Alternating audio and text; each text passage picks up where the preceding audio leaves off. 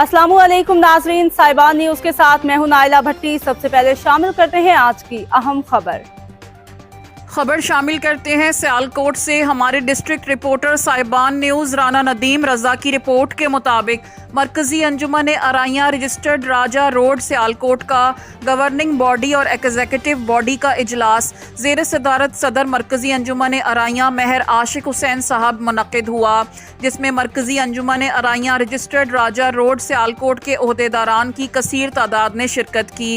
इजलास में मेहमान खुसूसी चौधरी फजल इलाही साहब, जनरल सेक्रेटरी अंजुमन अराइयां पाकिस्तान महर मोहम्मद अफजल साहब, चीफ कोऑर्डिनेटर अंजुमन अराइयां पाकिस्तान और जनरल सेक्रेटरी साहब अंजुमन अराइयां लाहौर ने शिरकत की।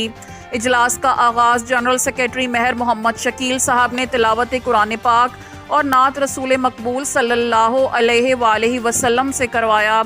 इसके बाद जनरल सेक्रेटरी साहब ने इजलास में मौजूद हाज़रीन को मरकज़ी अंजुमन अराइयां और अराई मेडिकल कॉम्प्लेक्स के मामलात के बारे में ब्रीफिंग दी। सदर मरकज़ी अंजुमन अराइयां महर आशिक हुसैन साहब, जनरल सेक्रेटरी अंजुमन अराइयां पाकिस्तान चौधरी फजल इलाही साहब और चीफ कोऑर्डिनेटर अंजुमन अराइयां पाकिस्तान महर मोहम्मद अफजल साहब, महर ग्रुप ऑफ पेट्रोलियम ने भी हाज़रीन इजलास से खिताब किया। अब तक के लिए इतना ही। मज़ीद खबरों और अपडेट से बाखबर रहने के लिए देखते रहें साहिबान न्यूज़।